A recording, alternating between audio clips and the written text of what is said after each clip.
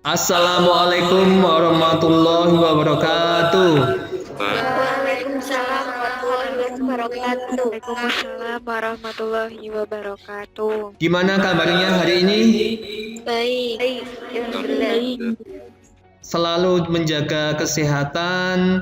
Jangan lupa pada saat berpergian memakai masker. Dan kalian jangan lupa untuk selalu belajar dan jangan menjadikan alasan pandemi ini untuk bermalas-malasan. Untuk memulai pelajaran ini, kita awali dengan berdoa. Tadi yang masuk pertama kali adalah Bodok Slamet Mulyati. Silahkan Bodok.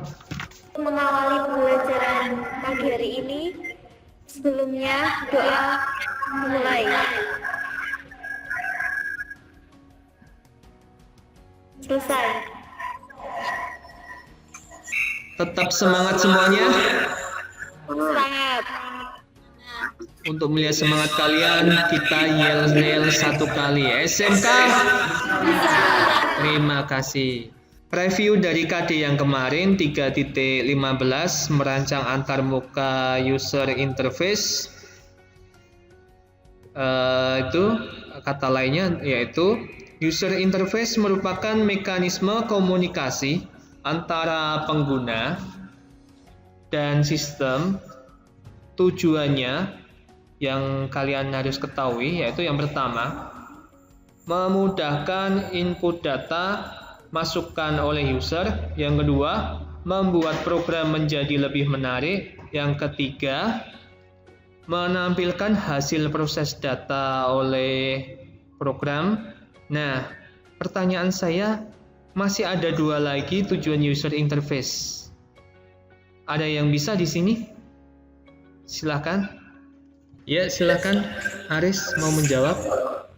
Baik. Yang pertama, memudahkan data. Yang kedua, efisiensi kerja. Dan ketiga, mempercepat. Oke, terima kasih Aris. 1 poin untuk Aris atas jawabannya. Betul sekali, dari tujuan-tujuan yang disebutkan oleh Aris tadi, itu sangat penting sekali efisiensi data maupun memudahkan penggunaan dari pemakai. Itu sangat diperlukan sekali pada waktu kita merancang sebuah antarmuka atau user interface. Jangan lupa nanti untuk presensi kelas, kalian tinggal klik di presensi di kehadiran yang ada di dalam Google Classroom ya, membuktikan kehadiran kalian. Di dalam Google Classroom itu ada materi, ada tugas-tugas, terus ada pengiriman hasil project. Nanti kalian bisa klik materi. Materi kita 4.15 yaitu membuat kode program antarmuka atau user interface. Tujuan dari pembelajaran ini, setelah mengamati, berdiskusi dan mempraktekkan, siswa mampu membuat kode program antarmuka user interface aplikasi sederhana dengan cermat, teliti, dan bertanggung jawab. Di dalam materi ini nanti ada modul dan ada video pembelajaran. Silahkan nanti kalian download modulnya maupun download juga video pembelajarannya. Modul ini kenapa harus di-download? Ini adalah materi yang berisikan tentang dasar-dasar pembuatan kode program, terus yang berbasis GUI menggunakan Java NetBeans. Nah, di dalam materi ini nanti ada beberapa pertanyaan dan pertanyaan nanti ada di dalam evaluasi. Jadi kalian pada waktu mengerjakan evaluasi tanpa mendownload materi ini, kalian akan mengalami kesulitan. Sedangkan video ini harus kalian download. Ini untuk mengerjakan LKPD. Jadi di sini nanti ada contoh dalam pembuatan aplikasi sederhana. Nah, dalam pembuatan aplikasi sederhana ini nanti yang akan diaplikasikan dalam pertanyaan di LKPD. Tanpa mendownload video ini, kalian tidak bisa mengerjakan LKPD yang ada di dalam tugas. Dalam teknis pelaksanaan kegiatan belajar ini ada sinkron dan asinkron. Dalam sinkron ini adalah tatap muka kita menggunakan Google Meet ini, sedangkan asinkronnya kita melakukan lewat LMS atau lewat WhatsApp ataupun lewat komentar yang ada di video pembelajaran YouTube. Dan untuk asinkron juga merupakan kegiatan kalian dalam menyelesaikan tugas-tugas yang ada di LMS Google Classroom. Apabila kalian kesulitan dalam peralatan yang sangat terbatas, silahkan kalian nanti bisa berdiskusi dengan teman yang masih dalam satu area, dan apabila kalian tidak kesulitan, kalian bisa langsung mengerjakan secara mandiri. Tapi saya sarankan untuk selalu berdiskusi dengan teman. Kita masuk ke dalam materi ya.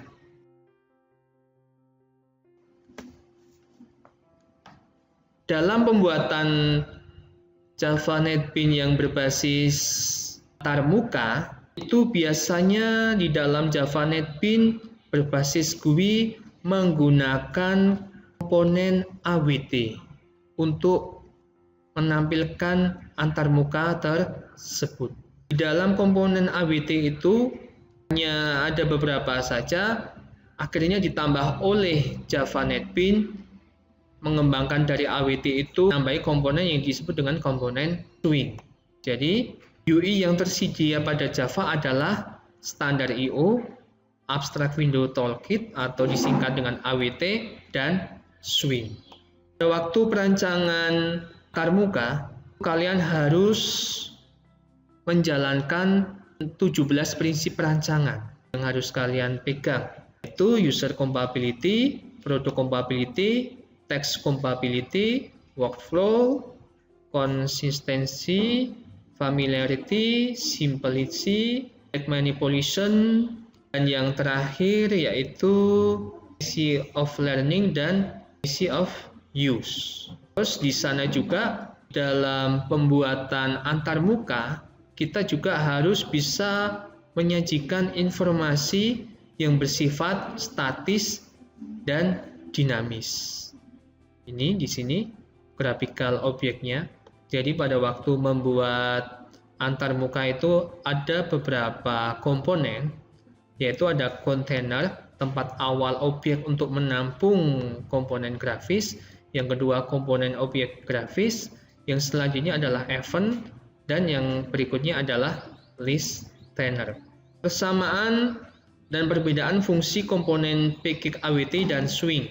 Konsep dasarnya, swing dan AWT merupakan package yang berguna untuk membangun aplikasi dengan graphical user interface yang berbasis GUI. Di dalam arsitektur AWT yang mempunyai banyak kekurangan, diperbaiki dengan adanya swing. Komponen dasar swing secara umum dibagi menjadi 5 bagian, yaitu top level container, intermediate container, automatic component, layout manager, event heading.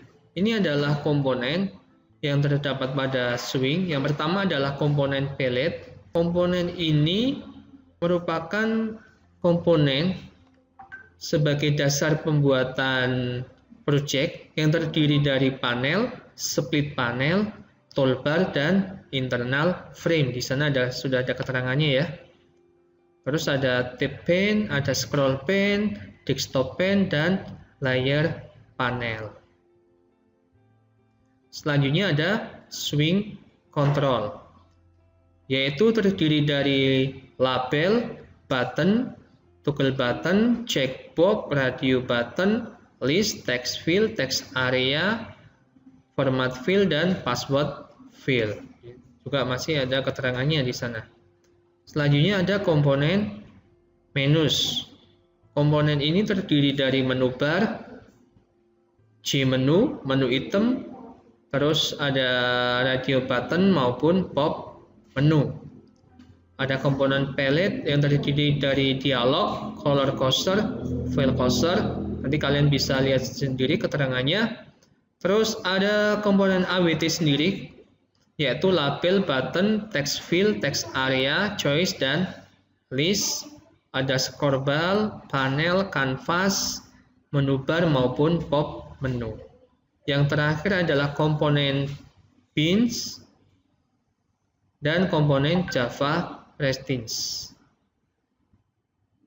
Untuk membuat aplikasi, saya sarankan kalian harus mendownload videonya. Karena kalau kalian kesulitan memahami dalam pembacaan, mendingan kalian langsung mendownload videonya saja. Dari komponen-komponen tadi yang kaitannya dengan swing dan AWT, apakah ada pertanyaan? Ada Pak, nama saya Nani Dwistiawati. Pada saat akan membuat Windows atau frame yang menjadi latar belakang sebuah komponen-komponen lain, memerlukan tempat untuk menempatkan komponen lain tersebut. Oke, terima kasih Nani pertanyaannya. Jadi tadi Nani itu bertanya pada waktu dia membuat sebuah aplikasi yang diperlukan untuk menempatkan komponen itu apa, kan kayak gitu. Untuk menempatkan komponennya pada waktu kita membuat aplikasi itu kita membutuhkan JFrame. JFrame itulah nanti yang akan kita tempatkan text field, label, terus button. Sekarang coba kalian download videonya ya. Jadi dari video itu nanti kalian analisis secara mandiri. Kalian nanti berdiskusi di kolom komen, baik itu di WA group, silahkan. Kalau mencari materi yang lain, silahkan mengeksplor lewat internet. Oke, sudah dilakukan? Sudah dipraktekkan? Coba punyanya Eko. Kalau memang sudah praktek, bisa diperlihatkan lewat presentasi ya. Kita bisa bertukar layar. Oke, tampilan dari layar yang diperlihatkan Eko cukup bagus ini. 3 tombol, keluar, reset, dan hitung sesuai dengan yang ada di video yang di LMS Google Classroom tadi. Di sana ada keterangan mie ayam, bakso sapi, dan bakso Malang. Kamu menggunakan apa Eko di sana? Yang bakso sapi, bakso Malang itu pakai checkbox, Pak. Oke, terima kasih. Oh iya, jangan lupa ya, di edit teksnya tetap diganti ya, sesuai yang sudah dituliskan ya. Ya, Pak. Kelompok lain ada yang mau memperlihatkan lagi? Oke, ini punyanya Vivi ya. Ini sudah bagus sekali. Cuma di sini antar mukanya kurang rapi ya, Vivi. Jadi tombolnya di sini kamu terlalu dipojokkan dan dipojokkan di sini, antara tombol keluar dan tombol hitung itu terlalu mojok. Jadi nanti setidaknya ditempatkan yang lebih rapi lagi, jangan dipojokkan seperti itu. Oke Vivi, terima kasih sudah berbagi layar. Oke, terima kasih sudah ada perwakilan dari beberapa kelompok tadi ya, yang membuat sesuai dengan instruksi yang Dio membuat Java NetBeans, yaitu aplikasi penjualan. Silakan apabila ada pertanyaan pada waktu kalian menganalisis video tutorial maupun video YouTube yang ada di laman LMS Google Classroom tadi. Apakah ada pertanyaan dari kalian terkait dengan materi ini? Saya Pak, Iya, silakan. nama saya Vivian Yunitasari. Iya. punya saya pada saat membuat aplikasi penjualan, saat memasukkan kode program total masih terjadi error. Hal ini. Oh iya, pada waktu kalian membuat program aplikasi tadi kenapa di totalnya error? Karena gini, di dalam Java NetBeans itu tadi minta inisialisasi. Kan kalian mengetik total kan seperti itu ya kan? Tapi di dalam tapi di dalam Java NetBeans-nya total tersebut belum diinisialisasi. Makanya total itu tadi kamu hanya mengetik saja double total seperti itu. Maka di Java NetBeans-nya harus ditambahi privat double total titik koma kayak gitu. Jadi total itu sebagai nama variabelnya dan double itu adalah sebagai tipe datanya. Gimana Vivi? Sudah jelas ya? Jelas Pak, terima kasih. Oke. Yang perlu kalian perhatikan nanti adalah tugas yang ada di laman Google Classroom, yaitu tugas LKPD, di mana di LKPD itu ada beberapa pertanyaan tentang praktek yang kalian lakukan. Nanti kalian bisa download sendiri. Nah, di dalam LKPD itu tujuan pembelajarannya yaitu membuat antarmuka user interface aplikasi sederhana dengan tekun dan cermat. Yang kedua, membuat program antarmuka user interface aplikasi sederhana dengan cermat, teliti, dan bertanggung jawab. Nah, petunjuknya harus kalian baca. Baca LKPD berikut dengan cermat, buka link modul dan video materi pembelajaran Google Classroom, diskusi dengan kelompok atau dengan mandiri, jawablah pertanyaan LKPD dengan benar, tanyakan guru jika ada hal yang kurang jelas, terus hasilnya di screenshot atau di foto, nanti ada linknya tersendiri. Di sana ada 5 soal. Soalnya yang pertama yaitu merancang aplikasi penjualan. Berikutnya ada soal yang kedua, sintak cara menambahkan barang data transaksi. Yang ketiganya menampilkan penambahan barang transaksi, itu adalah tampilannya saja. Yang keempat, sintak menghitung. Yang kelimanya yaitu sintak menghapus atau mereset. Setelah kalian membuat LKPD-nya, kalian bisa memasukkan tugas tersebut di laman Google Classroom ini dengan klik hasil project, terus isikan identitas, nama kelompok, kelas, nama anggota kelompok. Nah, ini nanti filenya diupload di sini yang tadi merancang aplikasi, terus sintak untuk menambahkan data, terus tampilan penambahan, terus ada hitung transaksi, sintak untuk menghapus. Jangan lupa klik kirim. Seperti itu, ya. Nah, yang kalian lakukan setelah LKPD-nya kalian buat, terus jangan lupa masih ada di dalam tugas juga evaluasi.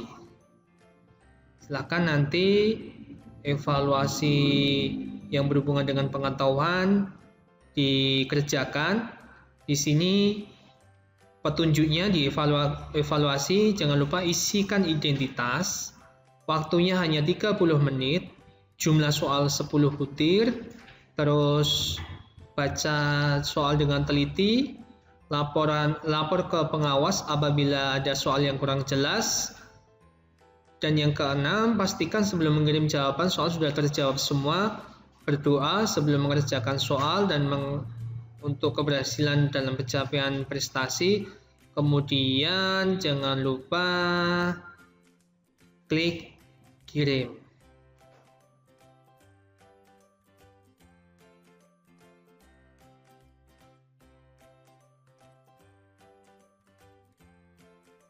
Kelompok kami akan mempresentasikan aplikasi penjualan yang kami dibuat berdasarkan video tutorial yang ada di LMS Classroom. Di sini kami menggunakan checkbox untuk list nama menu, text field, dan button terdiri dari keluar, add, dan itu. Untuk shortcut-nya,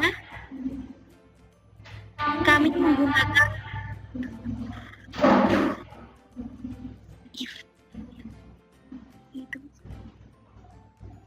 Ya. if alasannya agar bisa memilih salah satu menu. Oh, agar pengunjung bisa memilih salah satu menu gitu. Ya. Oke, bagus. Selanjutnya. Untuk yang reset, kami menggunakan set text. Kemudian untuk yang keluar, kami hanya menggunakan exit. Oh ya. Sekian, terima kasih. Oke, terima kasih Bodok dan kelompoknya.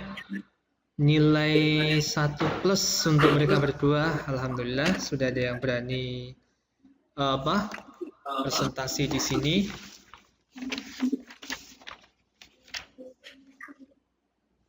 Kelompok yang lain ada yang mau presentasi? Untuk kelompok saya tidak menggunakan menu checklist box, tapi hanya menggunakan label L dan button saja. Tapi dalam search kodenya menggunakan switchcase. Sekian dari kelompok kami. Oke, jadi boleh juga ya. Apa yang dikatakan Nani itu, kita nggak usah pakai checkbox, boleh pakai label saja dengan text field areanya. Terus pada waktu eksekusi juga hanya menggunakan pada waktu eksekusi source kodenya di kode programnya memakai switchcase. Oke, betul, bisa. Jadi semua bisa digunakan. Yang pasti semua bisa digunakan. Yang pasti ada eksekusi hitung. Ada pertanyaan lagi di sini? Pak, mau bertanya. Ya, silakan. Apakah di tombol tabel sehingga menampilkan menu barang dibolehkan dalam tampilan? Karena di kelompok kami ada tambahan menu barang. Oke, pertanyaan yang bagus sekali dari kelompoknya siapa ini? Safira. Oh iya, dari kelompoknya Safira.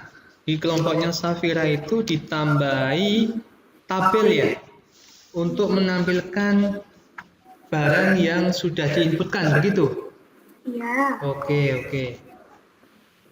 Oh iya, terima kasih.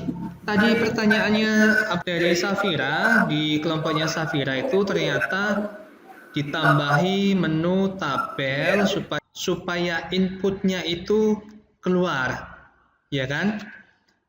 Supaya inputnya itu tampil di tabel tersebut. Sangat diperbolehkan sekali. Jadi bukan hanya untuk aplikasi penjualan saja, aplikasi yang lain pun diberikan menu tabel itu sangat bagus sekali. Berarti dia nanti antarmukanya bisa berbentuk dinamis. Tinggal ditambahi CRUD, yaitu edit, delete, dan update, seperti itu ya. Jadi boleh kalian mau ternyata pada waktu kalian mencari referensi di internet, itu ternyata banyak sekali aplikasi sederhana tampilannya yang ada memakai tabel atau source kodenya memakai switchcase atau memakai if saja. Itu sangat dibolehkan sekali sekreasi kalian. Jadi pengembangannya nanti tampilannya antarmuka paling bagus, nah itu berarti referensinya juga semakin banyak. Paham ya dari materi ini ya? Oke. Jadi di sini akan saya simpulkan dari pertemuan kita ini, di Java NetBeans itu dalam proses pembuatan antarmuka itu berbasis GUI. Kenapa berbasis GUI? Karena mempunyai keuntungan mudah dipelajari, memungkinkan user untuk berpindah dari satu layar ke layar lain, terus dapat melakukan akses secara penuh. Dan dasar dari berbasis GUI itu tadi di Java NetBeans, mereka menggunakan applet atau komponen itu berupa swing dan AWT. Itu jangan lupa. Komponen-komponen itulah nanti yang akan membentuk sebuah tampilan antar muka. Ada materi yang belum dipahami di pelajaran ini? Tidak. Oke, terima kasih. Ternyata materinya sudah jelas. Itu tadi kesimpulan dari saya. Ada yang mau menyimpulkan lagi dari kelompok yang lain? Saya Pak, swing dan AWT merupakan package yang berguna untuk membangun aplikasi dengan Graphical User Interface (GUI). Package menurut Java Swing berisi kelas-kelas yang dapat dipakai untuk membangun tampilan serta interaksi antar pengguna dengan program. Swing dibangun di atas arsitektur abstrak Windows Toolkit AWT yang mempunyai banyak kekurangan sehingga diperbaiki dengan adanya Swing. Oke, terima kasih Vika atas refleksinya. Terima kasih sudah mewakili teman-teman. Di sini hambatan yang ditemui dalam pelajaran ini ada tidak? Tidak Pak. Oke, pastinya hambatannya cuma itu aja ya. Sinyal yang kadang internetnya putus nyambung ya. Kita sudah saling merefleksi dan berinteraksi tanya jawab. Jangan lupa untuk tetap mengerjakan LKBD-nya. Nanti evaluasinya saya akan lihat hasilnya yang sudah kalian buat ini tadi. Terus evaluasinya akan langsung saya kasih komen ya. Kalau di Google Form itu nantinya akan nilainya langsung keluar biasanya.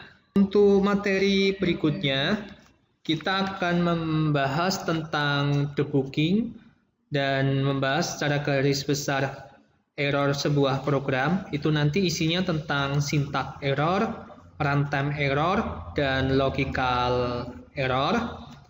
Nah, jangan lupa tetap mematuhi protokol kesehatan dimanapun kalian berada, dan jangan patah semangat untuk belajar. Tunjukkan semangat kalian dengan nyanyi untuk menutup acara ini. Bisa. Terima kasih. Untuk mengakhiri ini, silakan memimpin doa. Berdoa mulai. Berdoa selesai. Oke, terima kasih sudah bergabung di kelas daring PBO ini, sudah bergabung di web meeting ini. Itu aja dari saya. Assalamualaikum warahmatullahi wabarakatuh. Waalaikumsalam.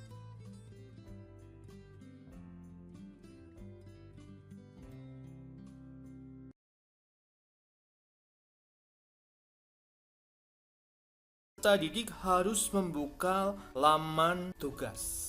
Tugas di sini berupa LKBD bahan praktek dan diwajibkan peserta didik mendownload LKBD tersebut. Harus membaca petunjuk langkah-langkah dalam mengerjakan LKBD. Dari LKBD tersebut juga terdapat rubrik penilaian yang digunakan untuk menilai kegiatan peserta didik. Mengirimkan tugas tersebut di dalam Google Form.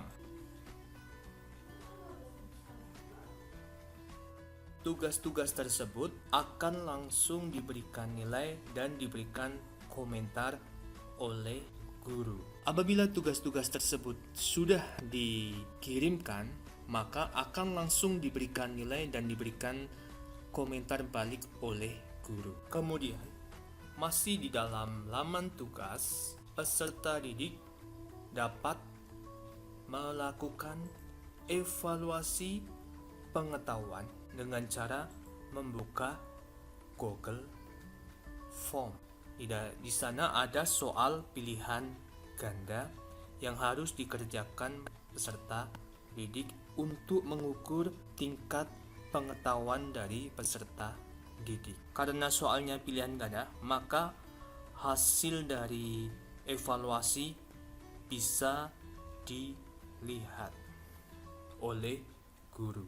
Setelah peserta didik melihat materi pembelajaran di YouTube, maka antara peserta didik dengan guru melakukan diskusi. Dalam proses diskusi, bukan hanya dilakukan saja di komentar YouTube, tapi juga dilakukan di LMS Google Classroom.